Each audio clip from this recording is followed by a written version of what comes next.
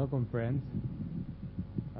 We thought in the midst of the shadow of so many great events that are before us, the Congress and the promulgation of the Kitabi Akdas, that we might take a moment this evening and fire our vision with regard to the coming 3-year plan, which is going to be the meal that is being served up to the Baha'is, if you will, for the next 3 years, starting at Rizwan, and which will be launched at the International Convention.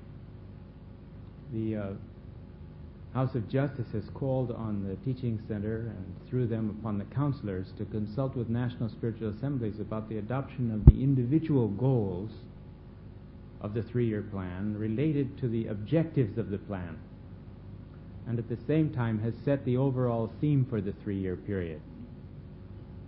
Dr. Farzam Arbab of the Teaching Center is going to address us tonight on the question of the theme of the 3-year plan, and we're very pleased that he's been able to accept to do this. And we welcome him. I don't think he needs any introduction to you all.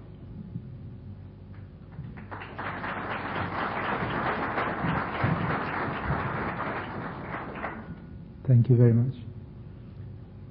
As Mr. Dunbar mentioned, during the next few months, the institutions of the faith everywhere in the world, especially the counselors and the national assemblies, will be consulting among themselves and with the friends, with some of the friends, about the structure of national plans within the framework that the Universal House of Justice has given to the Baha'i world now, as to what the objectives of the 3-year plan are, which are basically the same objectives coming forth from the 6-year plan. And in addition, within a very exciting set of developments that the House of Justice is hoping that will occur in the Baha'i world during these 3 plans, and these during the 3 years. And these developments constitute the 3 very interrelated aspects of the theme of the plan. Tonight is not our purpose to talk about specific objectives or specific goals. Those will be the subject of consultation of the counselors and the national assemblies. But the theme of the plan is something that during these months really, I think every individual believer needs to think about and to meditate on, because the theme is like, if you wish, like the lens through which the objectives of the plan will be looked at. If you remember, the theme of the 6-year plan was the covenant and the life of Baha'u'llah. And these same objectives were being looked at through those themes, if you wish, through that lens. And now we are called to look at the continuation of the same work with new goals, with new lines of actions, with new projects, but look at them in terms of this development of a theme with 3 aspects, with 3 developments which the Baha'i world has to pursue. And these are enhancing the vitality of the faith of the individual, greatly increasing the human resources of the faith, and the greater functioning, the higher functioning of local and national institutions of the faith. I think probably tonight we will only be able to talk about the first development, enhancing the vitality of the faith of the individual, because I doubt that time will allow for discussion of the other 2 developments.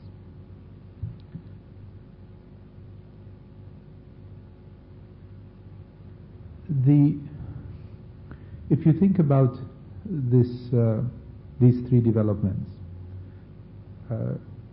you will see very clearly that they interact with the objectives of the plan. Any one of the objectives of taking the healing message of Baha'u'llah to the generality of mankind, or influencing society, or developing community life, or whatever, educating children and youth, whatever the objectives of the plan are, these basic conditions, these basic developments that have to occur at this point, especially of the history of the faith, in a certain sense allow for the friends to participate more effectively in their plans of action, to win goals, and to accomplish the objectives. On the other hand, every project, every action should be organized in such a way that it contributes to these three developments. Everything we do during these 3 years should at the same time, whatever the goals are, the specific goals of teaching or consolidating communities or whatever we are doing, at the same time it should contribute to enhancing the vitality of the faith of the believers, to increasing the human resources of the faith, and to a better functioning of our local and national institutions, which again in turn allow us to pursue the goals and objectives of the faith, of the plan, more effectively and in a better way. So there is this constant interaction between the theme and the objectives of the plan. And also the three developments that the theme calls for are very much related. Obviously, the vitality of the faith of the individual, the quality of the spiritual life of the individual motivates and makes possible the development of human resources. Because after all, when we talk about human resources of the faith, we are not talking only about some skills that somebody knows how to do this or how to do that, this training course or that training course. Fundamental to the development of the human resources of the faith is the qualities of the individual. When we talk about human resources, we are talking about devoted believers, believers who are firm in the covenant, believers who obey the laws, believers who have an understanding of the writings. And then on top of these things, we are hoping that more and more people in the Baha'i world learn the skills, the capacities, develop the attitudes, develop the possibilities and the talents to serve in their own special way to the many, many needs of the faith. Because it is becoming very clear that as the faith grows, the number of opportunities is growing so much that we need really an enormous variety of talents and capabilities in order to be able to respond to all these unbelievable opportunities that are coming our way. So we can easily see that the vitality of the faith of the individual, in a certain sense, is a basis for the development of human resources. Otherwise, sure, we could have training programs and teach people how to do this and how to do that, but that's not the point. That is not the meaning of human resources. And then, of course, we can see how the development of human resources and the vitality of the faith of the individual is essential for the functioning of our local and national institutions. That is clear. And then how the better functioning of our local and national institutions permits again, comes back again and enhances the vitality of the faith of the individual, and also allows for the further development of the human resources of the faith, because after all, it is the institutions of the faith that facilitate these things and that are in charge of these things. So, I think what the Universal House of Justice is telling us for these next 3 years, that by concentrating on these 3 developments that are very much interrelated, and then as we think about them, as we pursue them, we also then enter into those activities and those projects which are directly now related to certain goals that our National Assembly set for us to contribute to the 7 objectives of the 3-year plan, which were the same 7 objectives of the 6-year plan. So this is the way we will have to learn to think and work, and really somehow focus all our energies, all our thoughts on the 3-year plan. It is an ample enough framework, it is a flexible enough framework that there is room for all our talents. Anything we do can be perfectly within that framework.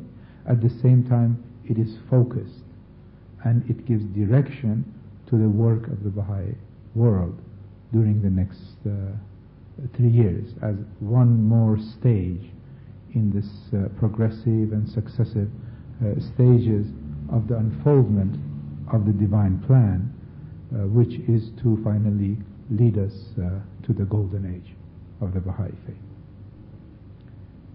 So with that idea in mind, I would like to invite you to basically think tonight about the first development, the question of the vitality of the faith of the individual and the quality of our spiritual life. This is a vast subject. Obviously, I can't cover it, or much of it. What I would like to do is just give you a number of points for yourselves to think about, and maybe as a beginning, as a basis for the deliberations and the meditation and the reflection that you will certainly do on the plan when it is announced, when you're here or back in your own countries, and you dedicate yourself in one way or another to contributing to the objectives of the plan.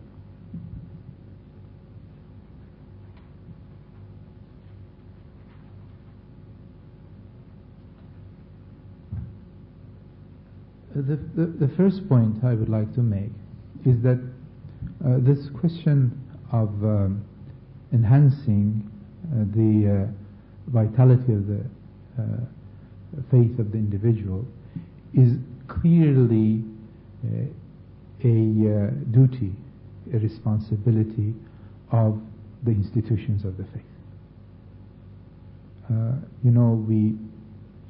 We talk of an administrative order, and it is very important for us to understand that, as all other words, the word administration also in the faith doesn't mean the same thing as it means outside. In fact, as far as I can see, no word means the same in the faith as it means outside. When a manifestation comes, in this case of Baha'u'llah coming, he has redefined language. He uses the same words, because what other words would he use? But throughout his teachings and his writings, and then of course in the interpretation of Abdul Baha and the Guardian, words take on new meaning. And certainly administration doesn't mean what it means outside. And our administrative institutions have certain duties that one doesn't think of as administration.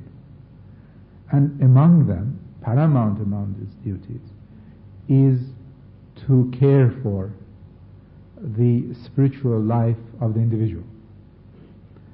and in this case to think of the vitality of the faith of the individual.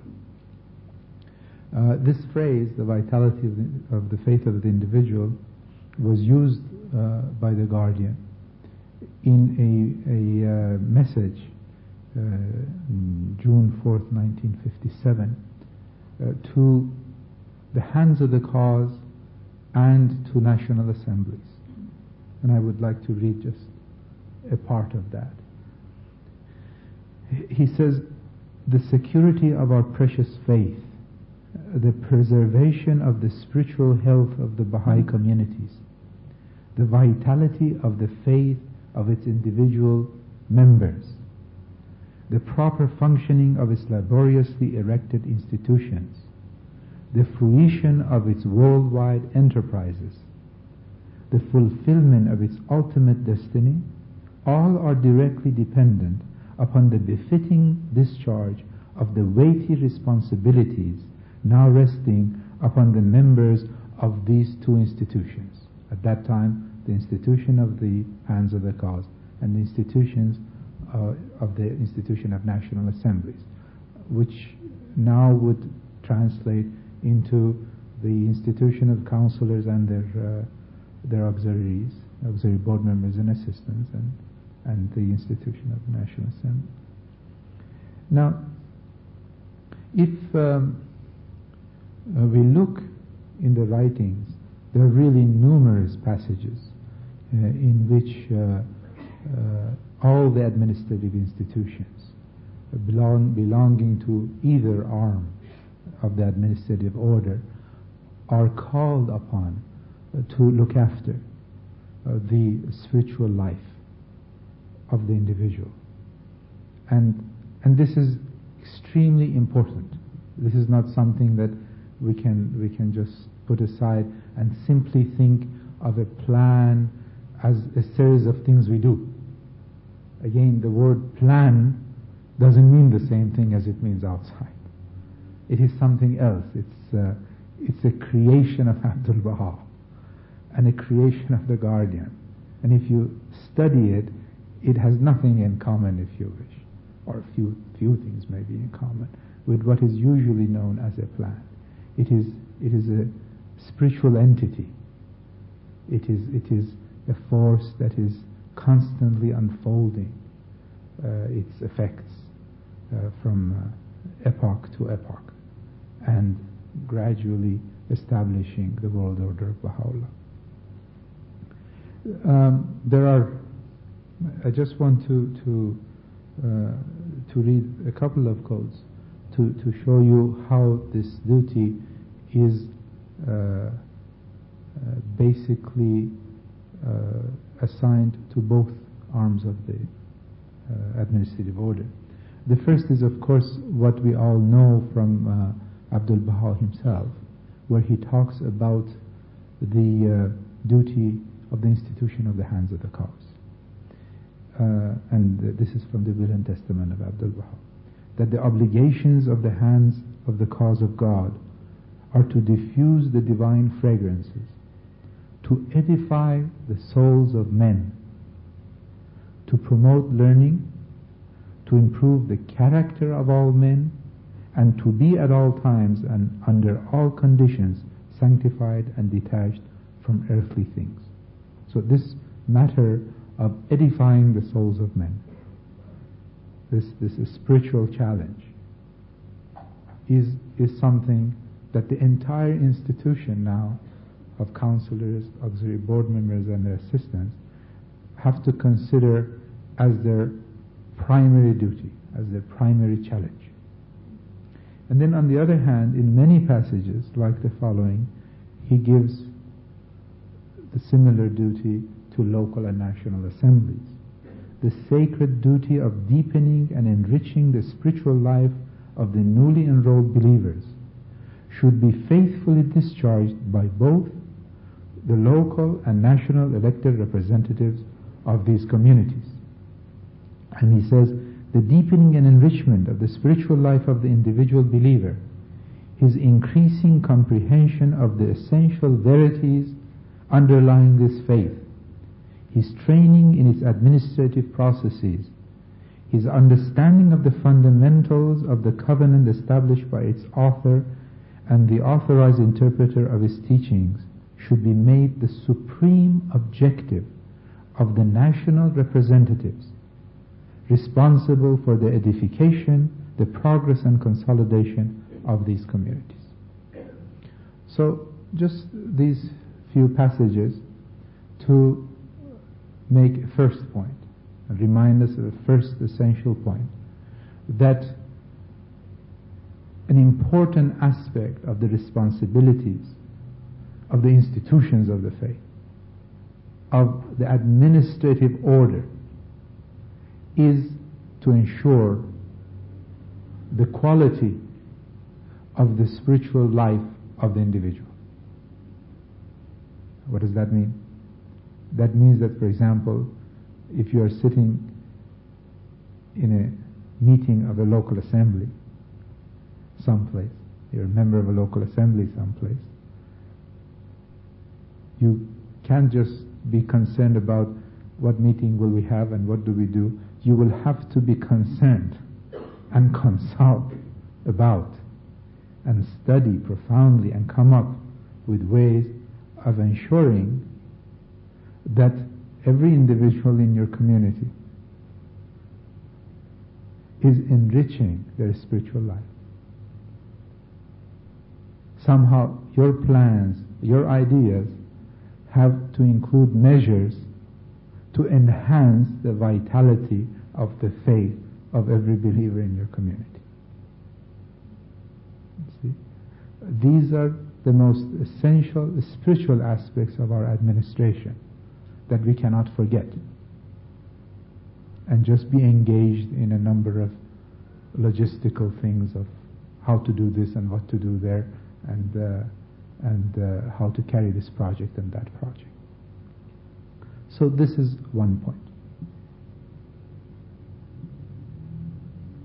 The second point is that if you look in the writings, you will find many passages full of wonderful advice as how to deepen the spiritual life of the individual and of the community.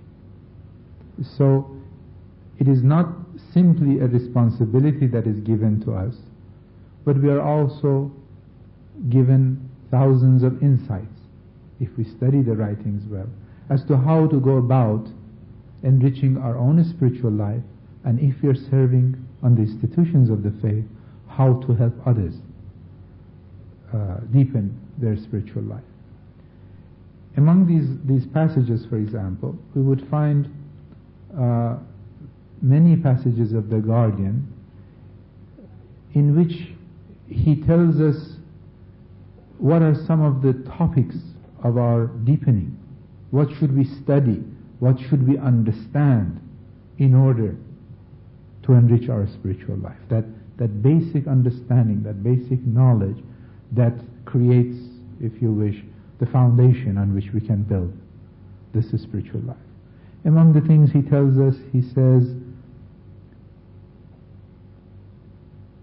the essential verities enshrined in their faith and its fundamental institutions, its history and genesis have to be understood.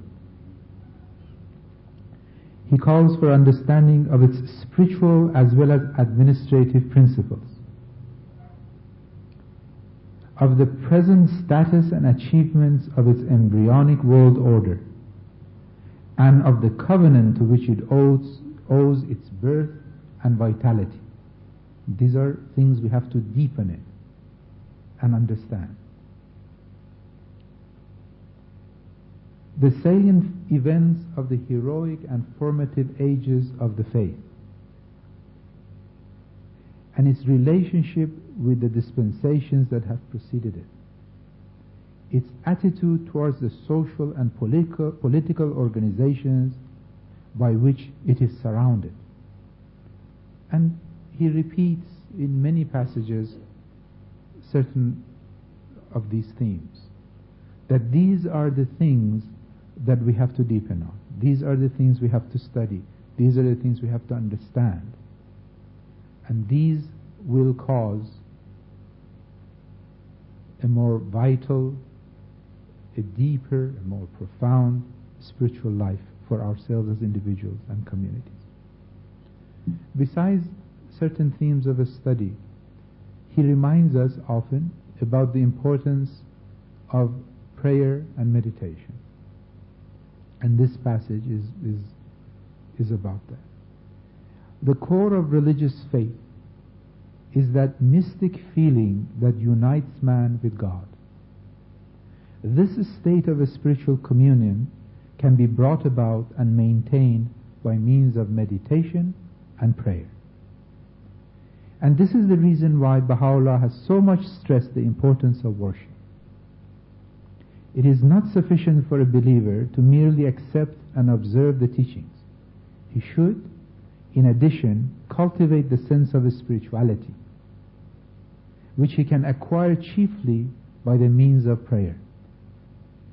The Baha'i faith, like all other divine religions, is thus fundamentally mystic in character. Its chief goal is the development of the individual and society through the acquisition of spiritual virtues and powers. It is the soul of man that has first to be fed, and this spiritual nourishment prayer can best provide. See, we are talking about these things, but remember, we are talking about a plan of action, plan that has goals and objectives. But we have to base all of that action on fundamental spiritual matters and understandings if our activities are going to have results. Otherwise we will just be doing something, like thousands of people in the world are following this plan and that plan and everybody else's plan. Now,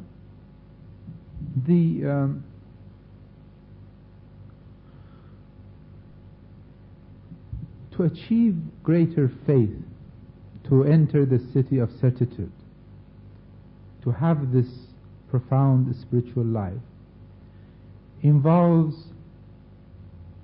desire. And this is the third point I would like to bring to your attention. It involves longing and desire.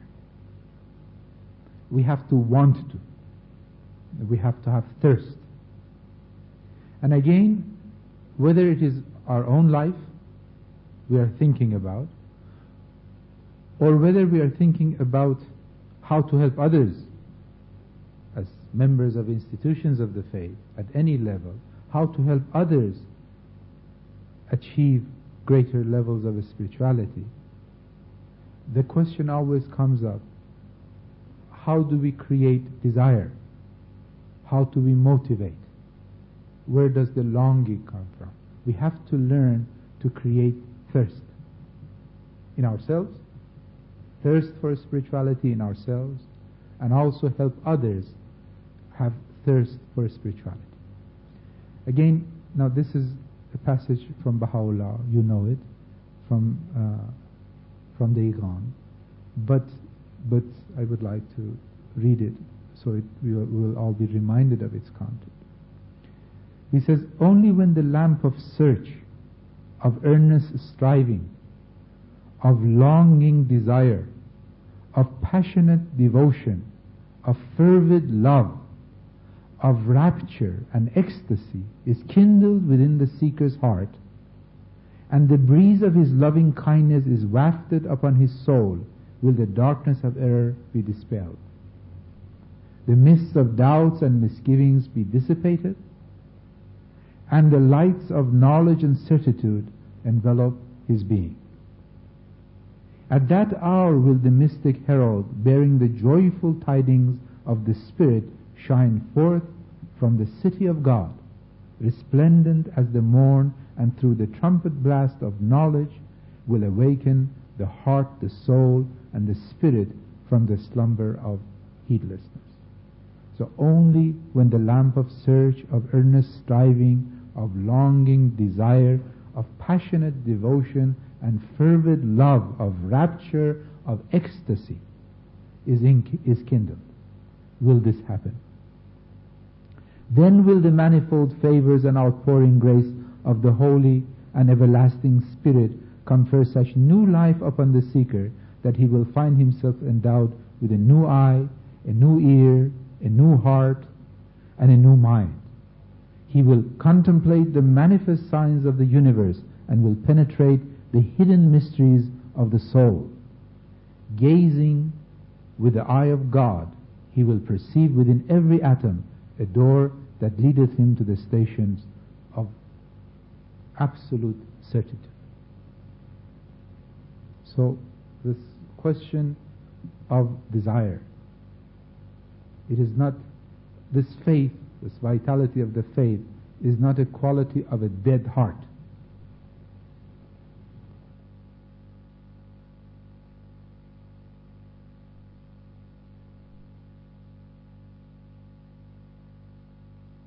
The level you are at any given moment becomes a test and becomes an impediment for going to the next level.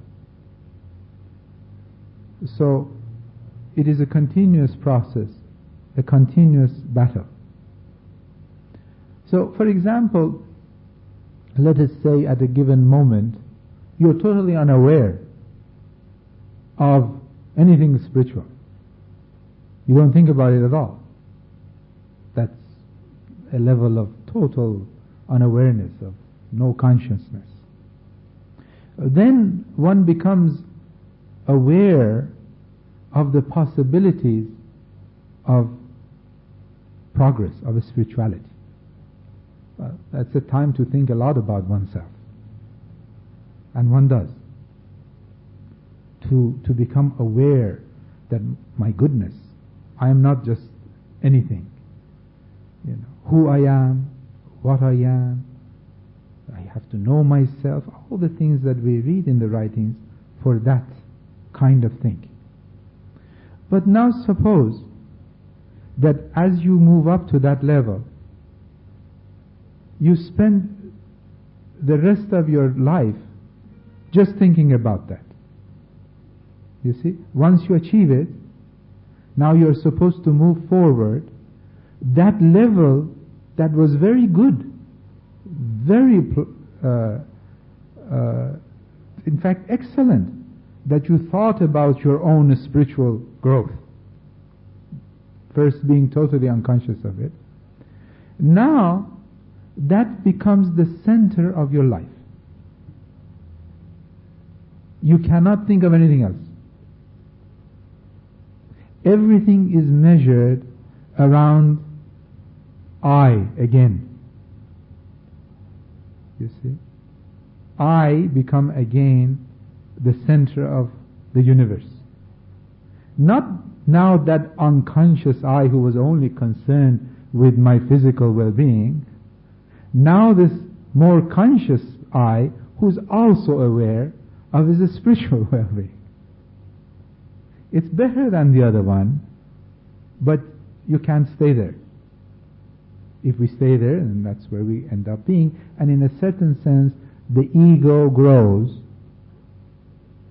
and becomes worse than that level of unconsciousness. Because at least the other one was totally unaware. See, pure vegetable. So now, this consciousness, the attributes of this level are themselves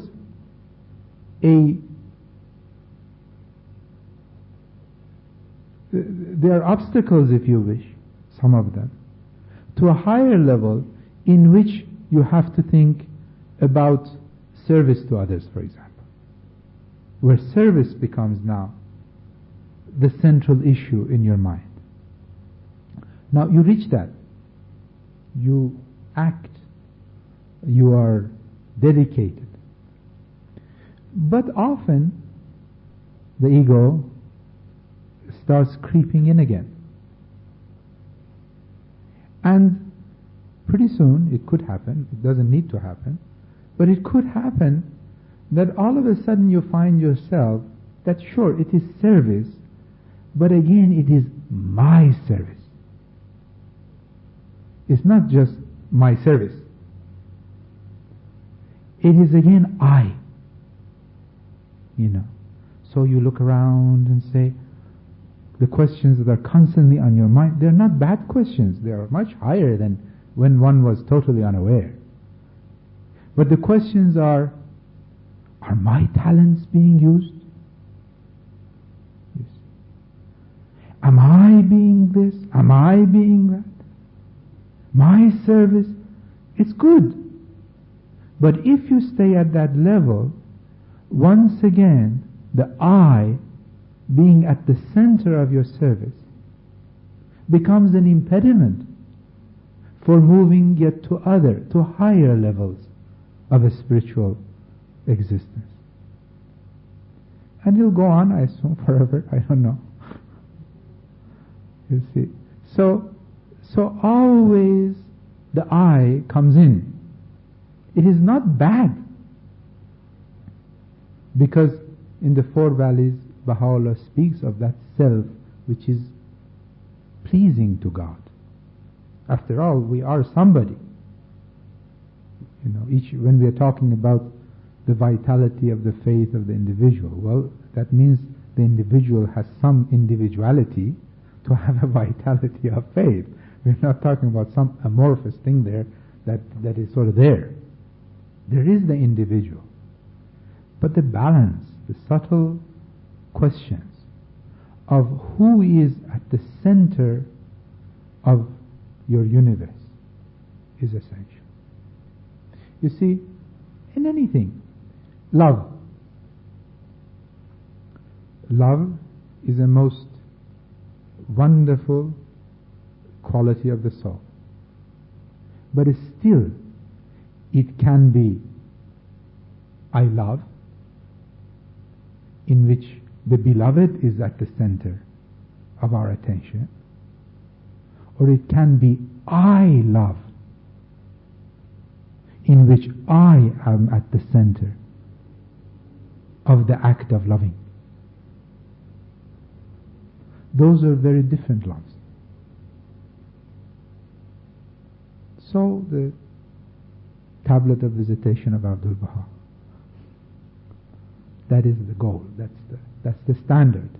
Now we have to walk towards that, but it'll just go stage after stage, and to really figure out how at each stage to push the self aside and make room for Baha'u'llah and his beauty and others, humanity, our friends, service to the God, all those things to be at the center, and then we are there somewhere too. There's nothing wrong with that. And we grow with it, and we become more spiritual. I think it is something like that. This is just my own understanding. Please.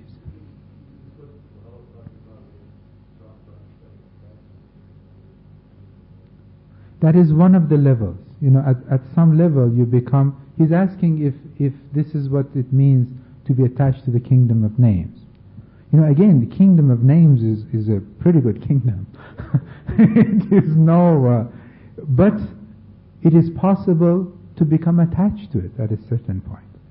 See, everything that you achieve in this infinite journey towards God, everything we achieve can become a cause of attachment. And we have to detach ourselves from that which we have achieved to go to the next stage. And we just have to accept that as part of the process of a spiritual growth. And be watchful. Because the problem is, one then falls.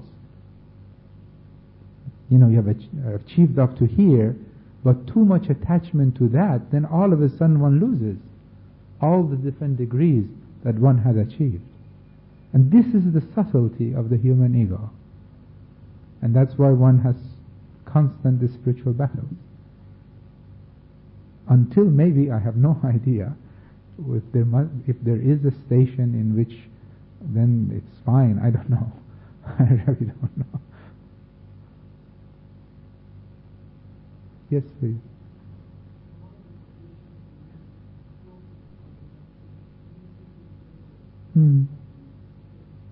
Yes.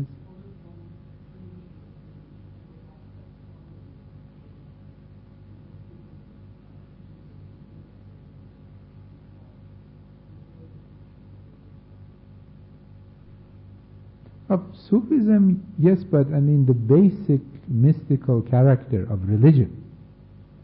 When the word mystical is used, I don't think you should simply be reminded of mysticism in the sense of the Sufis and so on, although they were certainly engaged in trying to understand the mystical questions. But I think you should understand it in terms of the basic spiritual nature, this mystical nature, in the sense that it is not something merely concerned with this universe and with this world. It is concerned with the worlds of God, with the spiritual worlds of God. It is concerned with attraction. It is concerned with sacrifice. It is concerned with beauty. In that sense, it is, and every religion, the essence of every religion is mystical. The essence of Islam, the essence of Christianity, of everything. Otherwise, what is religion? And we cannot forget that. You see, we cannot, because we have such extraordinary principles, because we are so modern, because we are talking about the creation of a civilization and an administrative order and all these things, about social principles and economic principles and political principles, we cannot somehow in the middle of this forget what this is all about. This is a religion. We are interested in establishing the kingdom of God on earth.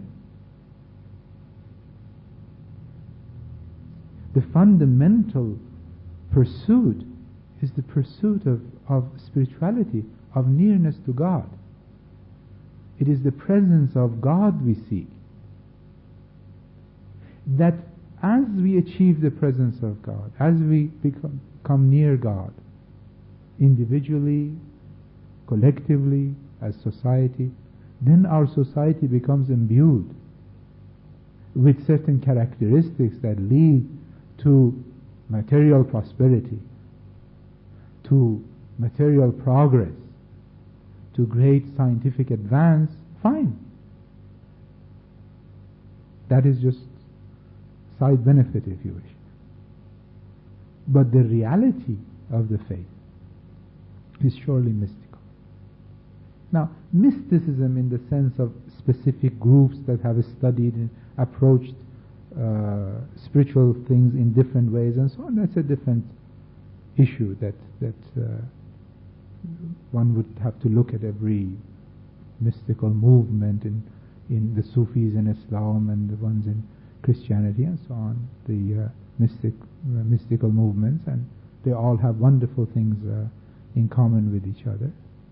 But then again, we see, for example, one of the, I would say, the basic difference is what Baha'u'llah tells us clearly in the Seven Valleys, that only through obedience to the manifestation of God, only through recognition of the manifestation of God and obedience to the manifestation of God is it possible to achieve spirituality.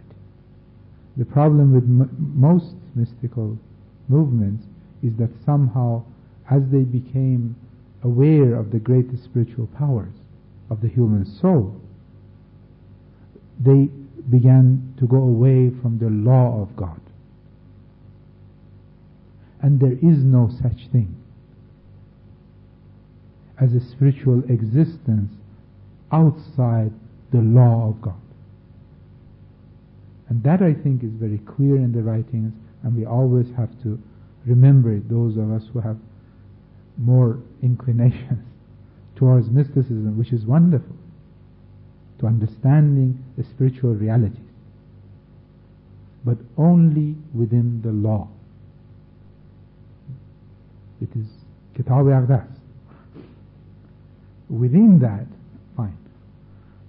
Then all the other understanding and everything. But that's the basic framework. We can't go out of it. Then there is perdition.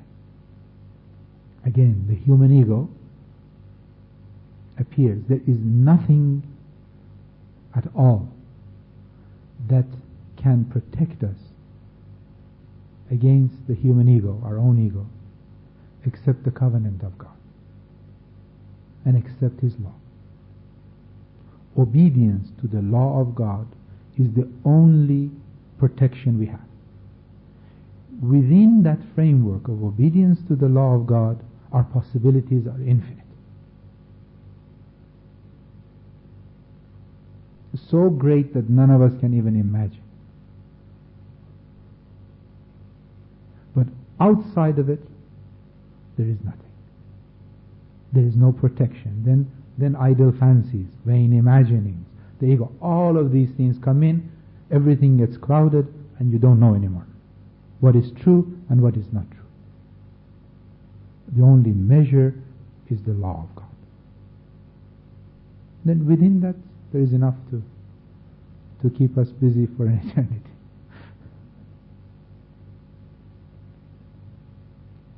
I think this is time, isn't it? It's almost 9 o'clock. All right? One more question here.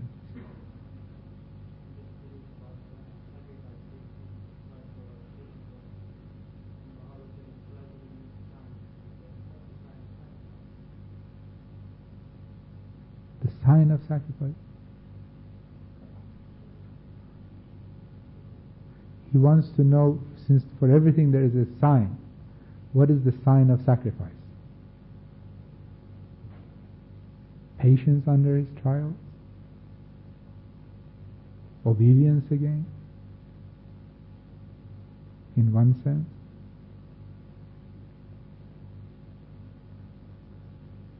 That's a wonderful question for hours of meditation.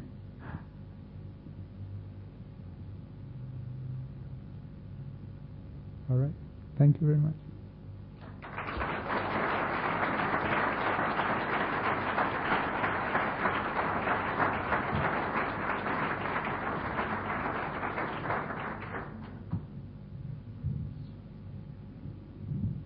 Thank you very much, Farzam.